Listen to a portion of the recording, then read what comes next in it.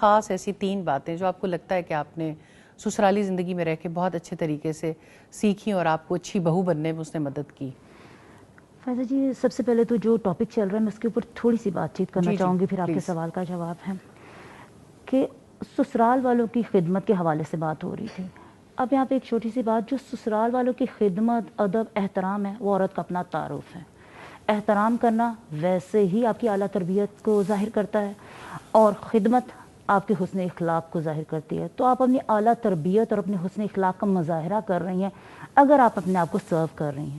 دوسرا یہ پوچھا گیا کہ شوہر کی اطاعت کرنا عورت پہ واجب ہے، سسرال والوں کے نہیں.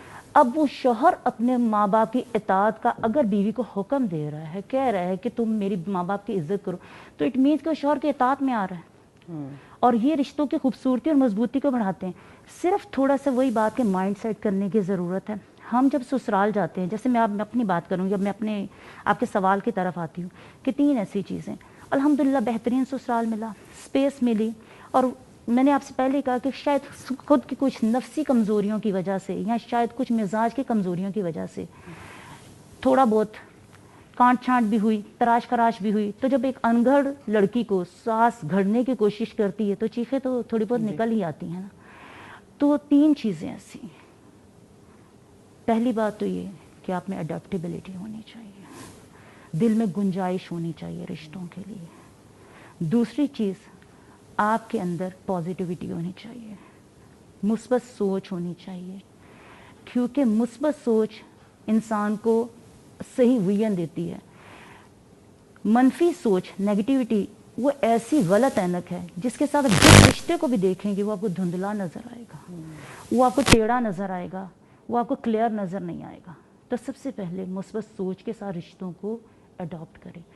اور جو تیسری چیز ہے وہ پیورٹی ہے، اخلاص، کیونکہ سچائی دلوں پر راج کرتی ہے، دکھاوے نہیں. آج کی بچیوں میں دکھاوے اس طرح سے ہے کہ گھر کے ماحول جیسے بھی ہوں لیکن باہر کا ماحول ان کو کچھ اور ہی کردار نبھانے پہ مجبور کر رہا ہوتا ہے. اور ساس بھی اسی طرح ہی ہیں، چاہے گھر میں بہو کے ساتھ جتنا بھی کڑوا ماحول ہو، باہر کے ماحول میں وہ ہمیشہ اپنے آپ کو کہیں گے کہ میرے سے اچھی ساس کوئی نہیں ہے. تو اسی لیے پیورٹی بہت ضروری ہے. اور ان تینوں چیزوں میں جو منبع اور مرکز ہے، جو ان تینوں چیزوں کو کمبائن کرتا ہے، جو آپ کی ذات کو پالش کرتا ہے، وہ ہے اکاؤنٹیبلٹی، جواب دہی کا احساس. اللہ رب العزت نے اس کا حساب لینا ہے. اور اس چیز کا احساس بھی بڑا ضروری ہے کہ تمہیں خاندان اور سسرال دیے، تو جو رب نے دیا ہے رب نے پھر اس کے بارے میں پوچھنا بھی ہے. اور ایک مختصر سی بات یہ کہ آج اگر میں ایز اے بہو، جب میری شادی ہوئی، میں کڑیل جوان ہوں، ایک سایہ دار درخت ہوں اور میری شاخیں بھی ہری بھری ہیں، اور میرے سامنے ایک ایسی خاتون ہے جو درخت شاید سوکھتا جا رہا ہے، جس کی شاخیں بھی اب ہری بھری نہیں ہیں اور سایہ بھی نہیں ہے.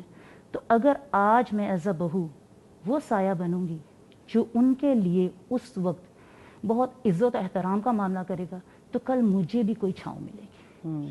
ادروائز پھر یہی ہوگا کہ میں ایک سوکھی اور بے سایہ دار شاخ ہوں گی، ایک ٹہنی ہوں گی، اور آنے والے وقت کو اور گزرے وقت کو صرف کوستی رہوں گی.